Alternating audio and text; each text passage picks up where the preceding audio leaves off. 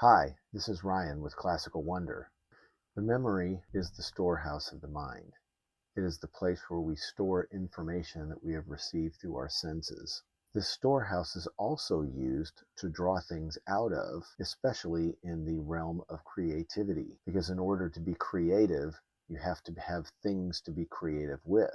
We are not able to create ex nihilo. If we have nothing in our storehouse, then we have nothing to be creative with. We cannot use a shovel to dig with if we do not have a shovel.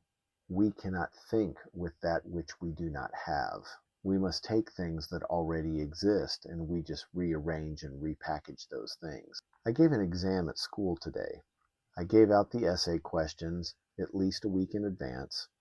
I told them that they could use anything on the test that they wanted as long as it was their own stuff. They could use their book, they could use their notes, they could use anything that they had done for my class. What they could not use was things that belonged to someone else. They could not use someone else's book. They could not use someone else's notes. The things had to be their own. I haven't really done this before on a test, but I figured it would be appropriate, and here's why. What is my job? To trick students into making bad grades? No. I think I am here to coach my students and teach them certain skills to help them be the best human beings that they can be, the best versions of themselves. And so the idea was I wanted them to be able to use the things that they have in order to write this essay.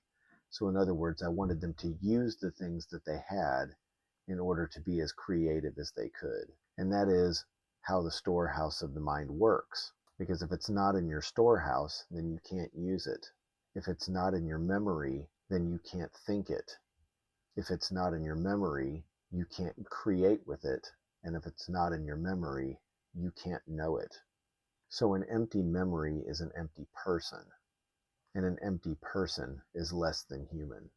If you are interested in the ideas from these videos, please join us in our school community at the link below, or go see us at classicalwonder.com.